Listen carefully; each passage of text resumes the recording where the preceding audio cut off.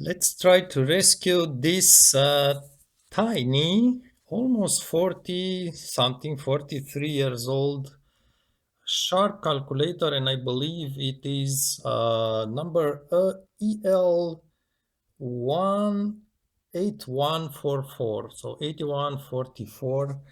It's one of the first that have this kind of touch buttons. It's not the modern technology. It's just kind of a small resistor or something. You can actually feel a little bit movement, but very, very slight. I did check on internet, and by the way, let me just compare you size-wise. This is really a pocket calculator. I have another one from the same era. This one being a Casio. So this is going to be the full size. I'll take my camera, and you can tell perhaps the little difference. We are in the late 70s technology. At that point, a digital watch, wristwatch, was not very advanced. It's not exactly the beginning of this technology, but it's quite new for that time. This is just another one. I think I have a video. Yes, I do have a video with this bigger calculator. Actually, these are buttons. Look at my channel, Sharp, whatever name, number EL9000. Again, look at the size. And also this one, look at the thickness, and maybe want to compare. It's about, I would say, perhaps 5 millimeters thick. I'm talking about the metal part. So I'm trying to open it and to replace the batteries. Now it does have, I did do a bit of research first, and it does have silver oxide batteries. Actually, there is four of them, cell batteries, but four. And the silver oxide batteries are, we want first to slide this gently because one already kind of snapped from there. So again, production seems to have started sometimes 1979. So 79, we are in 2022, which if my maths are still fine, that's about 43 years old. So I did detach the two attachments here. One is broken. I'll try to glue it back on. And now it has kind of a pin. This is very weird. I tried to figure out how to detach that pin. The pin is attached to the cover, if you look. But the way this goes is you don't want to pull on the cover because you are going to warp it. And when it's warped, well, it doesn't look as fancy as when it's not warped. So I'm going to grab a bar knife, one of my favorite tools actually, and I'm going just to reach with a bar knife about at the point where that pin sits. And that pin actually is just like a, well, I'm not sure what the name is, just like your jeans, you have that kind of snap-on clamp. It's nothing else, it's not magnetic, but it does have some resistance. So I'm going to reach underneath and just gently, maybe twist your knife with the part that it's not sharp, so you don't scrap that. Let's try. There we go. And when you put it back in place, you need to be careful. This is the pin to match the hole, and just maybe push with your fingers on a metal part to engage that pin back in place, not on the screen itself. So this is the pin. And you do have a few instructions here, but it doesn't say how to replace the battery. That's not a biggie.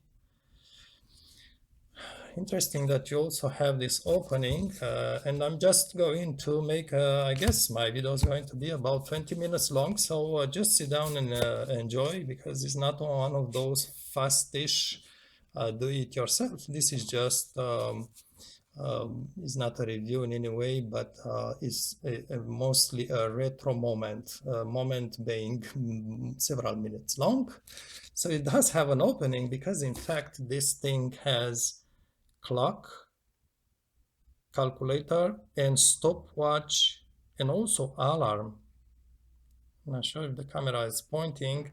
It's showing clearly because these are kind of darkish, but there is let's see if you can I'm always watching my camera screen, so This says hour here, this AM, PM, date, day, that's clear. This appears to be second lap. This is like a trumpet. Hopefully you can see it. It is right, the lower half of the button is a trumpet, so that's going to be somehow of an alarm thing, and there's also an alarm button. Interesting. And also musical. I'm really curious.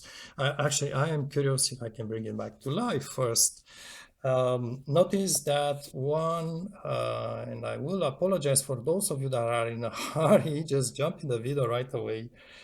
Really, I'm making this video just for the pleasure of making, the pleasure of seeing these things. I need to point out the quality. This is metal, front is metal, and there's kind of a plastic insert. But the quality of this thing, you have a reset button. Now, in any modern calculator, you will have a reset pinhole. You press with a pin. This one has a button. I'm curious, does it really work? No, batteries are no longer good. So there is a switch here, and also a reset switch. But look at it, it has a big serial number, and looks like it's a kind of those metal stickers, not solid metal, but just like kind of sticky metal sticker. But it's all very, very strong. And what I did realize is that these two securing screws are drums. These are inox steel, so it's an inox. Is that inox? Stainless, sorry, inox is in French. Stainless steel screws. Can you believe a stainless steel screw on a calculator? It has to be the 70s, not even the 80s would have put stainless steel stainless screws in there. This is times era when a thing would just cost money, and for a reason. After that, in the 80s and from 80s on, everything had started to be cheaper and cheaper. Okay, so this needs to be flipped like this quite a lot, because it has kind of hinges here that needs to engage almost vertically. There's two small slots in there. So this is the back metal cover, please. The batteries. Now I did check my batteries, and there is not a lot of leakage. Hopefully that didn't damage this when these are not the regular alkaline ones, so it's silver oxide. And let's see if I can find something to just remove the batteries. Notice how they sit with the positive at the top. Silver oxide, 1.55 volts. I should have brought something better. Let's look at this. Oh, I got the right tool, a nail. So 155 volts, and the replacement. Whoops. Oh, okay. There is a little bit of corrosion right there.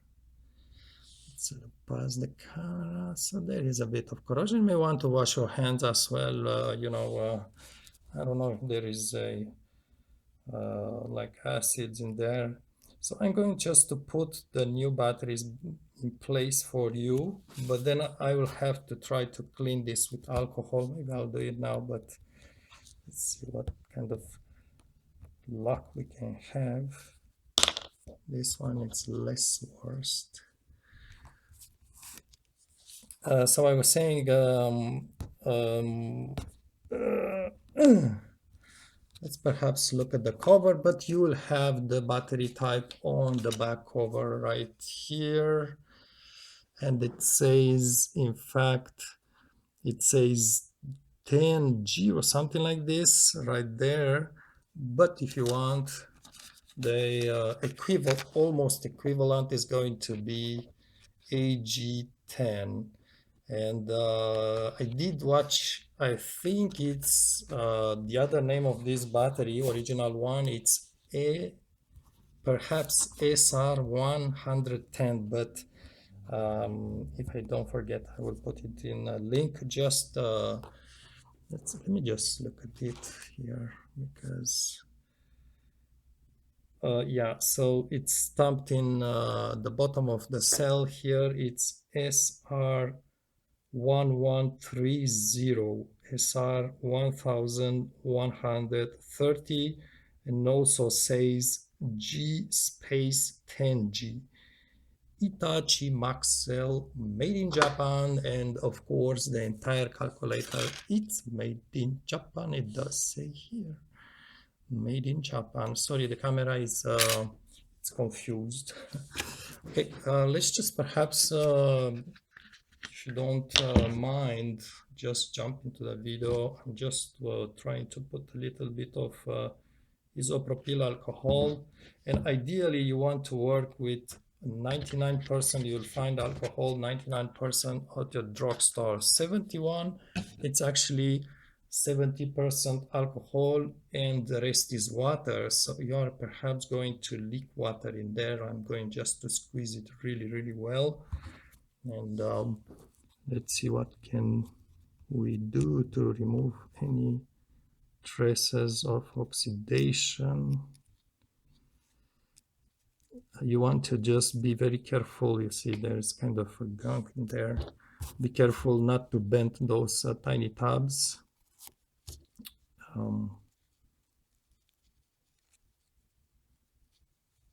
So these are electronics. Look at this. If you, let's see, can I use some magnifying?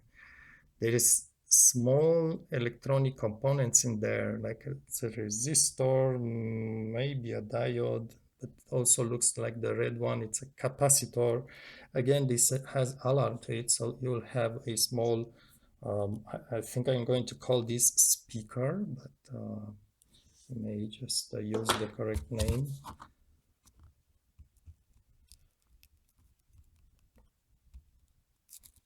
The reason, yeah, the reason, or one of the reason, I do like this little old things. Notice, by the way, this is plastic, so it's perhaps the moment when the industry started switching, using some plastics. This is again production from 1979 to a few years after that. It's not exactly the strong brick-like old calculators from the 70s, but it still does have some strong components in it. So again, it's a cell. Give you the number. This I got them from dollar store. There's a lot of names for this dollar store. This one is called Destination. There's like the joy of the dollar, Destination, the kingdom of the dollar. I wanted to make a video about the names of all these dollar stores, at least here in Canada. Let's just put them back in place. So the positive is going to be at the top. Again, these are 1.50 volts instead of the original ones, which are 1.55. So it's slightly less voltage. I don't think it's going to hurt anything. At least it's less than more. And let's just give it a try. It's not oxide. Being, what is that? Is that alkaline? Yeah, I think this is alkaline. There is not big deal. The thing with alkaline is that you don't want to leave them in there if there's for too many years, because they may start leaking. Alkaline may damage much more than silver oxide, I think. Not sure if I can turn this thing on right now. Let's just put maybe the cover back in place to be sure. And I do need to find the cover. There we go. I was saying that, yes, one of the reasons why I'm I'm just trying to save these old instruments is the craftsmanship and the overall quality of materials. But there is a second reason to it. is that I do say this in another series. I do have a I think I call it something with communism. I don't remember exactly the name of those videos, but I do have videos about my life in communism. I think that's the name. Back in Eastern Europe, I was born really in a communist totalitarian dictatorship, the Ceausescu one in Romania. And that was one of the worst in Europe, actually. It was the poorest country, but the worst condition, worst fear, and so on and so on. And such things, such items, there's no way you would get something like this or anything similar in a regular store. So the communist country did not produce, did not import these things. I'm not talking about the fancy calculators or maybe a fancy wristwatch, anything in that way. It was really a poor, underdeveloped economy. So one of these things back in the days when I was in school in that country would be like a jewel, like an expensive jewel. You could still get them on the black market, but if you had connection and if you have quite a few money. So that's one of the reasons why I'm having kind of attraction for this thing. Anyhow, so this says off. The second position it's reset, and the third one it's on. So let me just switch it on. Let's see if we are lucky. Oh, what's this? Wow. Okay, I did not. I hope I'm trying to find an angle for you, for the camera to see it. I did not expect to see this many. Let me just close the stores maybe. Leave a light like this. I did not expect this many digits. There you go. So well, this kind of need to adjust a little bit. Yep. Obviously, I have no idea how to use this thing at this point. I think I need to make a video about it because to me, at least, it looks pretty interesting. I mean, it's more than just a small few digits calculator stuff. It's quite different. I'm trying to find an angle. I just don't really know how to film this properly because of the reflection. Maybe let's just try to bring a light here. Just bear with me.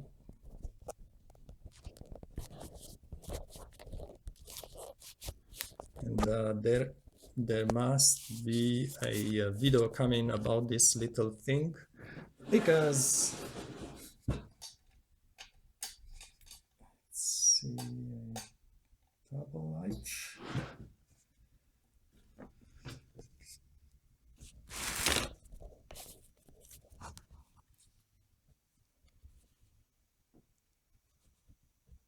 Yeah, fairly interesting. I wish I could show you exactly the look on this thing, but so there is a writing in there, and quite frankly, my view right now is not the best. Just try to see what's in there. Okay, so the bottom are the days of the week right here. This says Monday to Sunday or so. Then this is the time, and you can see blinking the second thing, and then you have sound. I wish I could show you. I'll just switch here from clock to maybe let's just switch to calculator. Nothing much happens. Let's just switch to stopwatch. Nothing much happens either. Oh. What exactly is this? Yeah. Okay. Anyhow, I think the objective with this very video is it's has been reached. Let's just say that's enough for now. It looks way more difficult than I would imagine for something made in the late 70s. So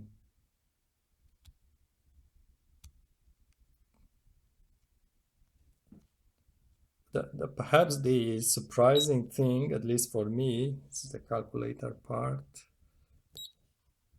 Say 1 plus 3. It's not so difficult to touch. Oh, it makes a beep when you press equal. Wow, what exactly is this thing? This is just considerably more fancy that I would have expected. Let's just 6 divided by, that's 0.9. So see what's happening. Okay. So it's a beeping machine. It's a beeping machine, and obviously it's going to have an alarm, but right now uh, I have no idea how to set it. I will have to play with it for a while. I will make another video. But one thing that it's for sure is that this thing really looks and feels fancy. The buttons here are just completely flat. It's like a plastic cover, but it's shiny, has a gray tint to it, and it feels pretty hefty in hand. It's not very thick, but it does have, it's consistent. It's like you do feel, you do keep something in your hand. Kind of make me remember one of those wristwatches from perhaps early 90s with many functions that were pretty having this kind of silver shiny case to them, and they were pretty like industrial but also strong steel made of. It's definitely a piece of equipment or instrument that has not just appeal to it, but it does look like not maybe not a luxury thing. It's just that it does look like something that has something to say. Hard for me to explain exactly what it feels like. Definitely not like a cheap toy, a cheap plastic thing. And if I would compare it to these ones, which I'm not exactly sure when was made of, what was the production year? I don't even know. When was the production year? I do have again a video. This is plastic, so it's no longer that strong metal feel to it. This one, it's metal, and this one also has this feeling, the feeling of this little guy. It's just like it's difficult to explain. It has a certain type of design that it's not, it feels almost like a piece of something expensive. It's, you have those perhaps lighter Zippo that feel like kind of you are making a statement. I have one of these. So that's how they did it. They did these objects back in the days. It wasn't just a cheap plastic piece of thing that's sitting on your desk. All right, so I'll meet you again when I'll do a video showing how this thing works, and maybe perhaps I could set the alarm and have the alarm ring as well, because it has that certain type of beep. This is the beep from the 80s, 70s, and 90s items of this kind of, especially wristwatches. They had all this kind of beep that you don't have any longer today in any product. Okay, thanks for watching.